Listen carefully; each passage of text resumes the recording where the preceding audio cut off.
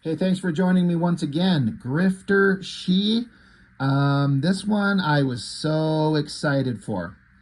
And one of the reasons I was excited for is that we had already had Psyblade SHI. Now, I reviewed this not too long ago, and I believe I would say that the story wasn't particularly thrilling. It's just a reason to get these two babe characters together and have them look hot while they fight monsters or robotic villains or whatever, and each other, and a chance to show off the incredible art of Marc Silvestri. And that's completely accurate. Like, you pop it open and we are immediately in the action. There is she's being attacked by ninjas. We get a great double page spread of them tumbling off a wall or a bunch of buildings. Ninjas, swords, blood, guts, and then big awesome shot of the girl looking amazing. Then we get into like the villains of the piece, who are not interesting, but they're not there for very long. And then we flip open, vertical spread, you got to turn it over. You got Psyblade herself walking down the street looking like a babe. We got Silvestri drawing everything that he does really well. The girls interact, giant robotic monsters show up, they fight, there's lasers, there's kickings, there's big awesome shots, there's amazing colors. So again, it's not a very interesting story, really. We get introduced to Sarah Pizzini. This is the first appearance of the Witchblade. But yeah, the story's not great. It's just fine. It's okay. But at least it moves along at a decent pace and you're not bored in between. You know, there's a page of villains standing around talking evil shit, and then we get the girls and they're taking over, and the Witchblade shows up in an outfit she never wore in the comics. And then Psyblade and she end up in a fight, so Silvestri gets to draw all the cool shit that he's really good at. The sexiest girls you've ever seen. So all that goes on, and it ends on a cliffhanger and goes into a second book created by drawn by the creator of SHI itself. So that was fun. You know, it's fun, and I would go over the artwork in this one over and over and over. Then they announced Grifter SHI. We had Psyblade SHI, Grifter SHI, and it's been a long time since this came out, but I can't guarantee exactly what how they advertised it, but my memory is that they said Jim Lee's drawing it, and so I'm like, oh man, I could not give much of a shit about Grifter. Like, he really wasn't this interesting. He became interesting later on in Wildcats under the care of other writers, but he was the popular character for some reason. And so they're going to have Grifter crossover with SHI, and Jim Lee's going to draw it. Now, Marc Silvestri is known for drawing the hottest girls, and Jim Lee has been known for drawing the hottest girls. So I'm like, oh, this will be fantastic. And again, at the time, as was the case with the Psyblade one, I don't know anything about the character of SHI beyond her existence. Billy Tucci created it, the book, and her, and it was very successful and very well regarded. So respect to him. And she wears a pretty dang hot outfit. It's a great design, lots of skin, part of the bad girl craze at the time. And Jim Lee's going to draw it. I am on board with that. Oh, and then it also turns out it was 2 issues. Certainly not a Jim Lee cover, but at least it's one of them. You know, all right, well, that's what I was feeling at the time. So let's see what goes on. So, story by Brandon Choi, and if you know me, that guy never wrote anything interesting, not once in his life. So the creative teams, let's just get into the art first. We'll talk about the creatives after the fact, because we pop it open, and then instantly you get a novel to read. I am not going to read that. It's not hard to read because it's so small and the font and everything. It's not exactly hard to read, but that's so much. Let's just contrast that with page 1 in the Silvestri one. Now, you could debate and point out, like, at least one of these is trying to have some thought and brains behind it. This one is just action, and it's mindless and brainless. I get each argument. I understand it. I respect it. I am so going to be on board with this one. Just jump into the action. Give us some of your story elsewhere in the book. Don't start out with a wall of text to read. So I've never read that, and I never will, because I do not give a shit. If the book was interesting, then I'll come back and probably catch myself up on what was going on in there. But it starts out like, oh my Lord, this whole freaking novel to read. Well, let's just skip that. And then it just immediately becomes standard Wildstorm comics of the era type boring stuff, where it's like, God, how do I describe it? It wasn't exactly superhero stuff. There's like espionage and government organizations and secret societies and like cheesy, cheap action movie shit. So you got Grifter, and it says the past, so this is Grifter in the past. He's there taking out some faceless bad guys. There's some girl there, dark hair. Is this the SHI character herself? I don't know. Who cares? We'll find out. But it's just standard, like, characters running around being secretive. Guys getting their heads chopped off.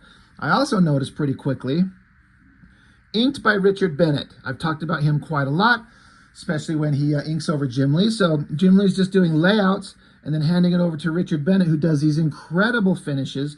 It's very different from the Scott Williams. Not necessarily better, but absolutely not worse.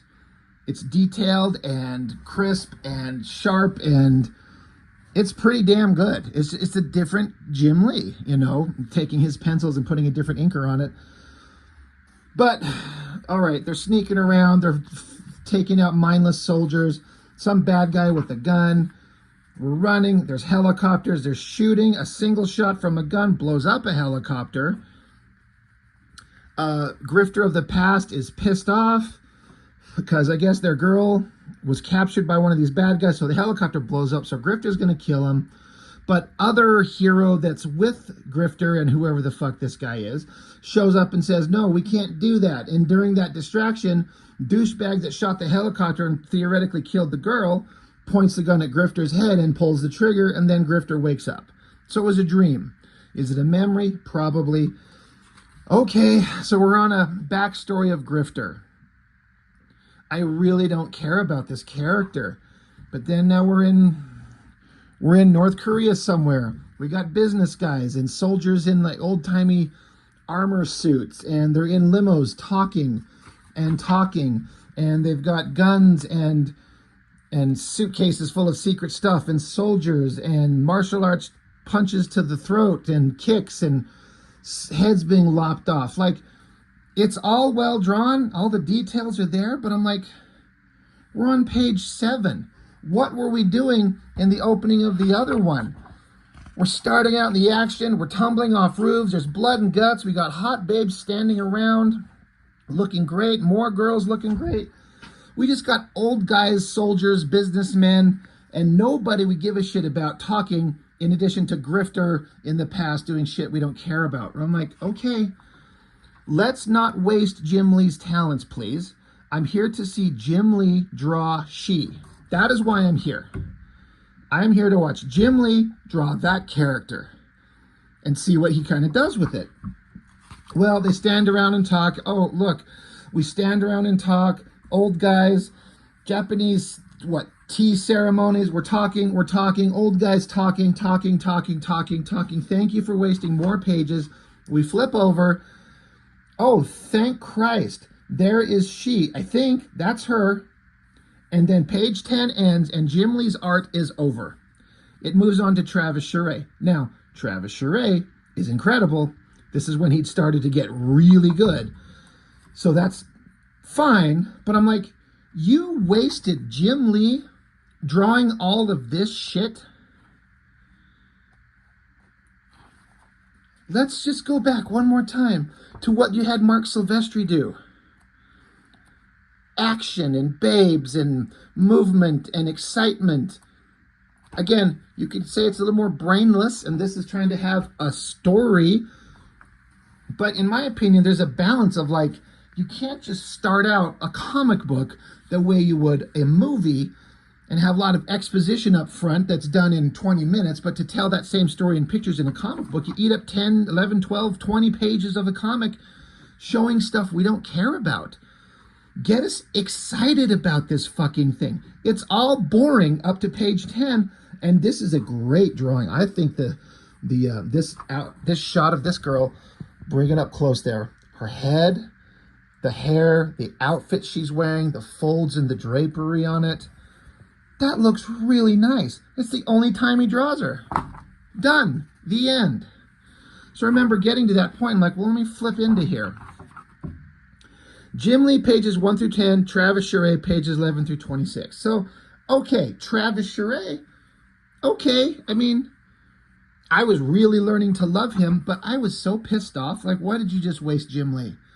He should be drawing the hottest babe in that outfit, fighting ninjas, doing some of the coolest shit. But no, we just wasted it. So now we got this big dome structure. There's a flag coming out the top. So now here we got she. There she is in her outfit, looking hot. Travis Charest is good at drawing everything and gets to be really, really, really good at everything. He was never known for drawing the hottest girls in a way that Jim Lee or Silvestri was, but they're still pretty damn good. But anything he draws is pretty exciting outside of... So there's this dome, and she's sliding down the pole to get into it. I just don't know if Charest didn't know what was supposed to be down here. But this is the shot of her sliding down onto the floor of whatever this is. And he didn't draw anything. Just some people running towards her. So I'm like, what? Okay. Good shot, little fine line cross-hatching going on. There's some good details. I like the painting in the background. I mean, when Charest wants to detail stuff up and put forth that time, he will. I always like this shot. This bad guy's showing up with the sword. He's going to chop her, but she's got some kind of ancient scroll that's so precious. Even the villain recognizes its value. So as he swipes his sword down, she holds up the scroll because she knows that he will not cut that. So it stops him, but then he kicks her in the face, and she ends up getting away. She got a hold of this thing. She's gone. Cut to, oh, great. We're back with Grifter.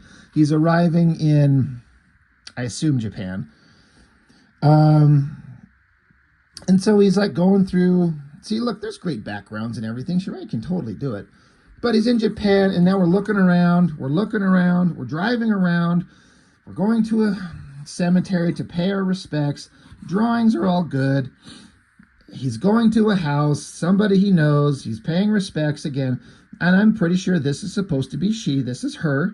Again, the design work is great. Looks fantastic. I always thought that this shot of her, the expression on her face, that tilt to her head, the hair, it's attractive, it's sensual, it's quirky. It works so well. I love it. And then looking at this picture of Grifter there, I could not get over the incredible fine line inking that was going on with Charest's work there. Who was inking him? Troy Hubbs. Just killing it, man. I kept looking at this very fine line inking that I'm still to this day myself whenever I'm doing my own art, thinking I don't have to put as thick a lines as I do. You could go really thin, and it works.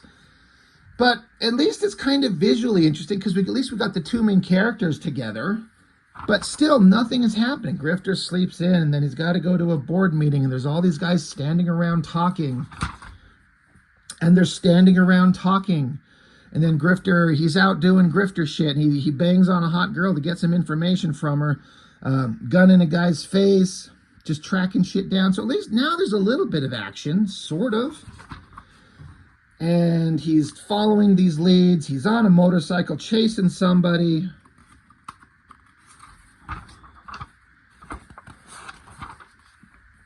Still going around doing nothing. Oh, look, finally, Grifter and she meet up. There she is. She's coming to attack him. But then there's also some other ninja there. Another ninja showing up on hang gliders, so they come down. So now we get to fight. Ninja throws some throwing stars at she, and she deflects him with this arm gauntlet weapon shield thing that she's got. So that was neat. Grifter puts a bullet into a ninja's head. And then the fight's over. And now Grifter and she stand around and talk to each other. and talk, and they talk, and they talk, and there's 50,000 words on the page, and it's over. I was like, what the really? Well, what was in book 2? Well, you flip it open. That's a Billy Tucci cover, so that, you know, I respect him and his art. It was never my favorite. That's not bad at all, but I don't, it's fine. Pop it open. Oh my God, there's more of that text. Like, they want us to read the inside front cover of both of these. This is your comic book. Again, still never read them, because if the story in the book was interesting, they would have me be like, well, that was a good book. Maybe there's some interesting stuff into here. But more helicopters, people standing around talking, looking through binoculars, more silhouetted helicopters. Japanese guy, Grifter and SHI together. They're talking. There's an explosion, I guess. They're knocked down on the ground. Bad guys coming in. Grifter starts unloading on them, shooting them, taking them out. And then more bad guys fighting. SHI kicks a guy's knife out of his hand, punches him in the face. And then suddenly it changes into a different artist. Then I had to go look. I'm like, well, who's drawing it now? And they got Travis Charest, pages 1 through 6, and Ryan Benjamin, pages 7 through 16, and Billy Tucci, 17 through 26.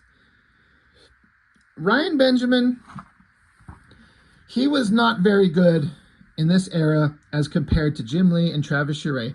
Ryan Benjamin is pretty damn good these days, and he's been good for a long time, but early him, it's just like okay. There's nothing exciting or unique or visually awesome about it. It's just bland. And it goes from Charest to Benjamin, and I'm like, well, now I'm really fucking out of this.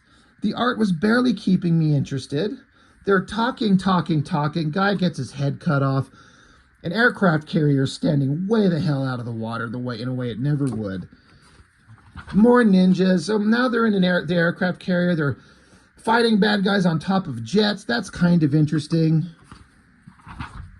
I guess they steal the jet. That's part of the story. Again, the art's just kind of fine, but it's not keeping my interest. So fight. More bad guys fight. Bad guy's gonna kill himself maybe, but they stop him. That is just like a terrible face. And then I think that's the end of Benjamin. He goes over to Billy Tucci, and it's certainly Tucci's art from SHI is like not the Image comic style, which is fine. That makes it unique, and it makes his work stand out in his own imprint of his own book. It's certainly fine. It's good. It's skilled. But it's just not quite the same visually exciting stuff that I wanted from all the other stuff I was getting at the time. So I'm just like, well, I'm done reading. Look at all these fucking words. There's the Spawn reporter. I like how everyone threw her into everything. And then the story is just wrapping up, and it ends with Grifter telling SHI that she's awesome, and SHI should come meet Zealot maybe, and that would be crazy awesome. And then there's a little epilogue wrap up leading into the next series of SHI, I guess. And boy, was I disappointed. I was so excited for Jim Lee to draw SHI.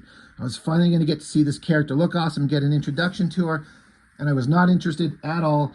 The Silvestri one is 1,000 times superior in every way conceivable, because one, he drew the whole damn thing.